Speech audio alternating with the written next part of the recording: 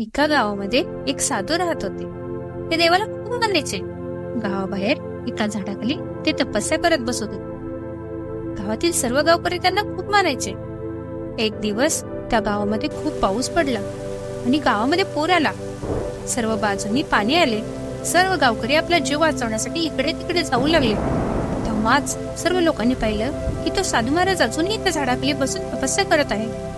तेव्हा एक माणूस त्यांच्याजवळ गेला आणि म्हणाला, महाराज, तपस्या सोडा आणि निघून चला आमच्या बरोबर.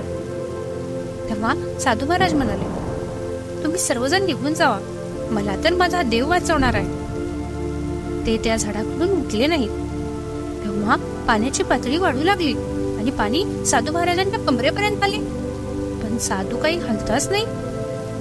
त्याच गावात एक नाव आली आणि त्या नावातील माणूस साधू महाराजांना येण्याची विनंती करू लागला.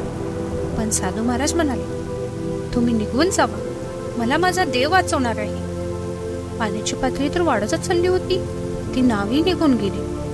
मग साधू महाराज झाडावर चढून बसले. पाण्याची पातळी वाढत चालली होती. हा अखेरीस एक हेलिकॉप्टर आले. हेलिकॉप्टर मधील माणसाने साधू महाराजांना बोलवले, महाराज, आपण वरती या. तेव्हा महाराज म्हणाले, तुम्ही इथून निघून जावा, तर माझा देव वाचवणार आहे. हेलिकॉप्टर हे निघून गेले. थोड्या वेळाने पाण्याची पातळी खूप वाढली आणि त्यातच साधू महाराजांचा मृत्यू झाला. मृत्यू झाल्यावर जेव्हा साधू महाराज स्वर्गात गेले, तेव्हा साधू महाराजांनी देवांना विचारलं, मी तुझी इतकी सेवा केली, तपस्या केली, भक्ती केली, पण तुम्ही मला का नाही वाचवलं? तुम्ही असं का केलं देवा? देव म्हणाले, अरे मूर्ख माणसा, मी तर तुला 3 वेळा वाचवण्यासाठी आलो होतो. 1 वेळा तुझ्या जवळ येऊन, दुसऱ्या वेळेला नावातून आणि तिसऱ्या वेळेला हेलिकॉप्टर मधून. तू तर मला ओळखू शकला नाही. तुझ्याकडे 3 चान्स होते तुझ्या जीवनाला वाचवण्यासाठी.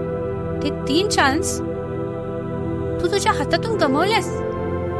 त्या साधूसारखी आपल्या जीवनात खूप चान्स घेतात, पण आपण योग्य वेळेला योग्य डिसिजन नाही घेऊ शकत. जर एका वेळेला आपल्या हातातून गेलेला चान्स दुसऱ्या वेळी परत येत नाही,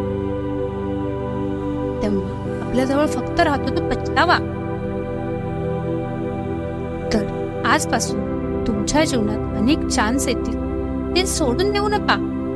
आपल्याला माहित होत नाही की कोणती ऑपॉर्च्युनिटी आपलं जीवन बदलून ठेवेल. जर चांगली ऑपॉर्च्युनिटी असेल तर हातातून सोडून देऊ नका. जर सोडलात तर लाईफ कधी खराब होईल हे सुद्धा तुम्हाला समजणार नाही. चांगल्या ऑपॉर्च्युनिटी सोडून देऊ नका. चांगल्या ऑपॉर्च्युनिटीमुळे सक्सेस तुमच्या पायाशी लोळण घेईल.